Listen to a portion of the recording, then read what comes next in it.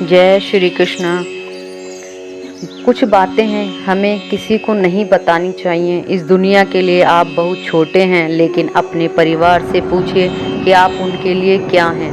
धीरे बोलो, कोई सुन ना ले। ये बात हम सबके कानों में गूंजती है और हमारे मुंह से भी निकली, लेकिन सोचने की बात यह है कि कब और कब कब हमें कानों में पड़ती है, क्योंकि ऐसे काम ही गुप्त राज होते हैं। जी, हम दूसरों को कानों में पढ़ने नहीं देना चाहते हैं। आपकी सोच ही आपको अमीर बनाती है, जो आप आगे बढ़ते हैं। बचपन से सुना था पैसा ही सब कुछ नहीं होता। ये कहानी है एक रोबोट नाम के लड़के की, जो देखता था स्कूल में सबके पापा बड़ी बड़ी गाड़ियों से आते हैं छोड़ने के लिए, लेकिन उन्हें महंगे महंगे आइटम दिलाते हैं। ये सब कुछ उसके दिमाग में चलता रहता है। और एक दिन रोबोट अपने पापा से कहता है, पापा, अमीर आदमी कैसे बनते हैं? पापा ने कहा, अपना दिमाग चलाओ। पापा की ये बात सुनकर छोटा 5 क्लास का बच्चा क्या करता है? रोबोट अपने दोस्त माइक के पास गया। आओ थोड़ा पैसा कमाते हैं, ऐसा कहकर आसपास में खाली पेस्ट इकट्ठा करते हैं। जो कचरे में प्लास्टिक का ऊपर का कवर होता है वो इकट्ठा करते हैं और घर आकर गैस ओपन करते हैं। एक स्टील का बर्तन लेते हैं, उस पर चढ़ा देते हैं, उसमें पानी डालकर उसे रखते हैं और कुछ का इंतजार करते हैं, इतने पानी उबल ना जाए। इतने में रोबोट के पापा आते हैं और वो कहते हैं, ये क्या कर रहे हो रोबोट?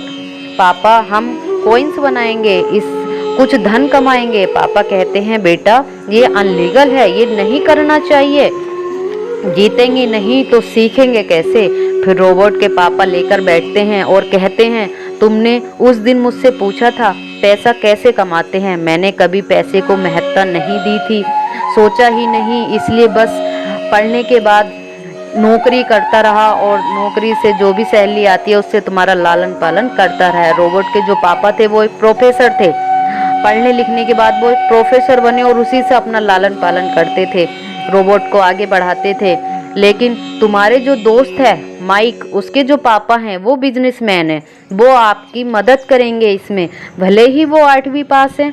9 साल का बच्चा माइक के पापा के पास जाता है, उनसे कहता है, रिच पापा के नाम से उनको पुकारता है और उनसे ही सीखता है। और वह 30 सालों तक सीखता है और कहता है, रोबोट डैडा, पुअर डैडा, रिच डैडा।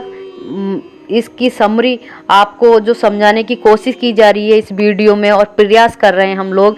सीखेंगे नहीं तो जीतेंगे कैसे? दोस्तों, मेरा नाम है मीनाक्षी और मैं आपके लिए ये सीखेंगे नहीं तो जीतेंगे कैसे वीडियो में आपको बताऊंगी। ये है एक रोबोट नाम के लड़के की पुअर डैडा और रिच डैडा से जो हम आपको ये समरी आपको पहुंचा रहे हैं। प्लीज़ चैनल पर पहली बार आए हैं तो झलकदानी चैनल को सब्सक्राइब करिए, लाइक करिए।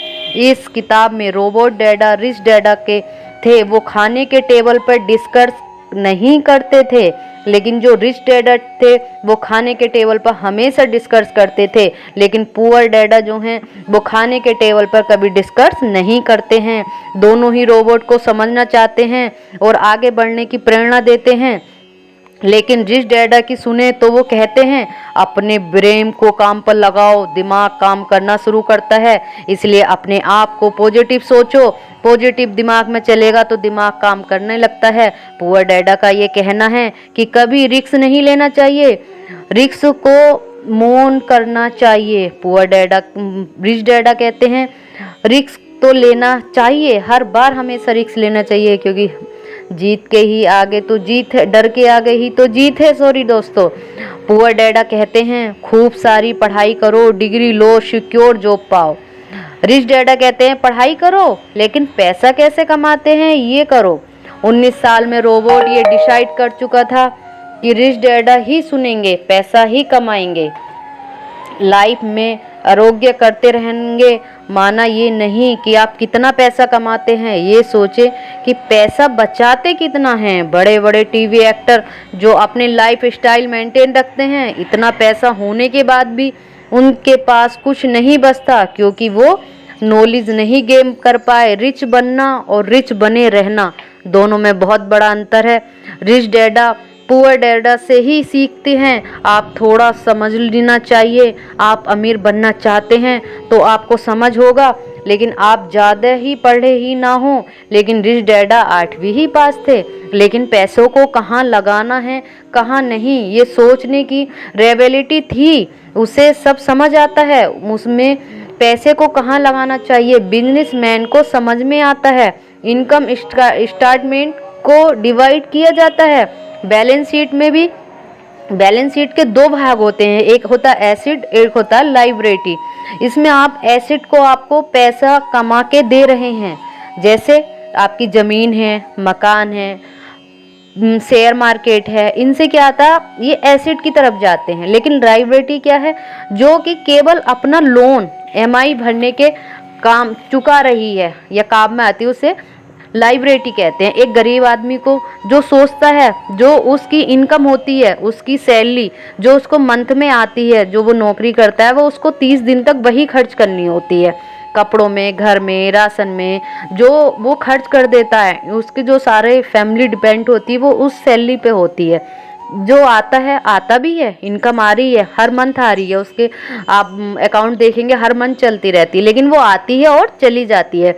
उस गरीब आदमी की बैलेंस शीट में आप देखेंगे उसका कॉलम खाली है, आता ही नहीं और चलती रहती है, लायबिलिटी में रुकती नहीं है। ये गरीबी आदमी की जब लास्ट में देखा जाता है 0/सन्नाटा होता है। लेकिन मिडिल फैमिली जो होती है उसे समझ तो लो, ज़्यादा अंतर नहीं है। मिडिल फैमिली वाले एक पैटर्न होता है, शादी हो जाती है, बाहर जाना है, पैसा कमाना है, पैसा कमाना है, किराए पर घर लेना है, बढ़िया फर्नीचर लगाना है, घर को सजाना है, महंगे कपड़े, घर को काम, कार लेनी है, घर की एक अपना बढ़िया अपने लिए फ्लैट लेना, उसकी EMI भरनी है, डेबिट कार्ड करना है, इतने सारे लोन कर लेता है वो, हर चीज़ उसकी EMI पर चलती है, इतने सारे लोन हो जाते हैं और सारा पैसा लायबिलिटी में ही चला जाता है। पैसा आता तो है लेकिन लायबिलिटी में चला जाता है। अमीरों को कैश ब्लोम देखो आप, जो उनका देखते हो अमीरों को, तो आप देखेंगे सैलरी पर भी आधारित नहीं है। उनकी जो अर्निंग होती है वो एक तरह से नहीं होती, उनकी 4 तरह से होती है। लेकिन उनकी बैलेंस शीट देखेंगे आप तो उनका जो इंट्रेंस है, उसका जो पैसा आ रहा है, कैपिटल गेन, रॉयल्टी, इन सिर्फ वो देखेंगे कि बच्चों के खर्च, लायबिलिटी, जो वो बिजनेस करते हैं कुछ भी, तो खर्चे तो उनके भी होते हैं। लेकिन बैलेंस शीट को की तरफ जब आप देखेंगे तो उनके 4 लायबिलिटी होती हैं। एसिड में ज़्यादा देखते हैं आप जब भी उनको देखेंगे तो एसिड में ज़्यादा मिलता है। लोन तो उनके होते हैं, उनका लोन क्या होगा, क्रेडिट कार्ड का होगा, या किसी आप एसिड में जो उन्होंने बिजनेस किया उस पे लोन होता है, जो वो मिलाकर देते रहते हैं, लेकिन अपने बैलेंस शीट एसिड में ज़्यादा रखते हैं। बिजनेसमैन का गोल जो होता है वो एसिड का कॉलम में ज़्यादा होता है, वो ज़्यादा ही एसिड दिखाना चाहता है अपनी बैलेंस शीट में। जो मिडिल क्लास के लोग क्या सोचते हैं, थोड़ा सा जो भी पैसा उनके पास बच रहा है उसे वो उसी में खुश हो जाते हैं और खुशी के में इतना झूमते नाचते हैं, वो जो पैसा बचता है उसी को खर्च करने लग जाते हैं। तुरंत अपने अपने आसपास में कहीं परिवार में एक तालमेल बिठा लेते हैं कि वहाँ घूमने जा रहे हैं, पैसे कहीं ना कहीं लगा देते हैं, या फिर वो किसी डिपॉजिट 10 साल 20 साल के लिए किसी बच्ची के लिए डिपॉजिट कर देते हैं, वो पैसा वहीं पड़ा रहता है, फिर 10-20 साल वो कुछ नहीं। ये एसिड कॉलम पर ध्यान दें। अगर रिच डैडा की सुनना चाहते हैं तो अमीर लोग जो होते हैं उनकी 3 तरह की होते हैं। अमीर आदमी पैसे से पैसा कमाता है और गरीब मिडिल लोग लायबिलिटी करना चाहते हैं। एक किसी रॉबर्ट डैडा का जब कुछ समय पहले अमेरिका गए तो उनका कुछ घर पर फॉर सेल जो लगा होता है, आप जहाँ भी निकलते हैं कोई प्रॉपर्टी सेल के लिए होती है तो उस पर बोर्ड लगा होता है। शेयर मार्केट गिर चुका था, रॉबर्ट घर वाले के पास जाते हैं और पूछते हैं कि घर कितने का दोगे। घर वाला कहता है बेचने के लिए ही लगाया था, लेकिन कोई आता ही नहीं। उस समय $20 में तय किया। रॉबर्ट को वहाँ किराएदार रखना होते हैं जो 2 साल तक रहते हैं। इतने में शेयर मार्केट ऊपर जाता है और रॉबर्ट उसे $95 में उसे बेच देते हैं और उन्हें फिर भी होता है, क्या होता है, प्रॉफिट होता है। जब तक 2 साल में वो उस जगह उन पर रही तब तक उन्होंने किराएदार के रूप में अर्निंग की, लेकिन जब उन्होंने सेल किया तब भी उनको अर्निंग आई। उनका जो किराए इंट्रेंस था वो ज़्यादा मिला, लेकर और डिपॉजिट जिन्होंने जितना भी लगाया था उससे ज़्यादा उनको मिल गया। लेकिन ये रिच डैडा में 3 कमाल की बात बताई हैं। सीखना जीवन को प्रक्रिया है लेकिन अनंत तक चलती रहती है। फाइनेंस, लीगल जो आपके दिमाग में है वो चलाते रहिए। गलती उसी से होती है जो सीखने के लिए खेलता है।